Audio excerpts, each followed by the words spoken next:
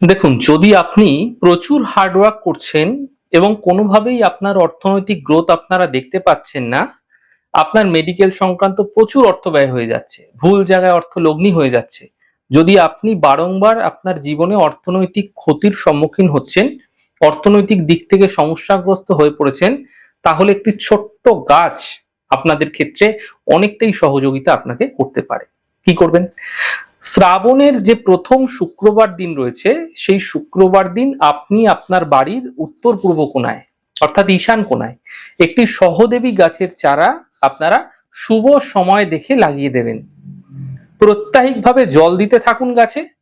গাছ যত ধীরে ধীরে বড় হতে থাকবে, ততই কিন্তু আপনাদের অর্থনৈতিক ক্ষেত্রে যে সমস্যা আসছিল, সেই সমস্যা দূর হতে আপনারা দেখতে পাবেন। এই ছোট্ট প্রক্রিয়া যদি শুভ দিন দেখে, যেদিন বললাম এই দিন দেখে শুভ সময় দেখে করা যায়, তাহলে আপনাদের ক্ষেত্রে ভীষণ কার্যকরী হতে পারে।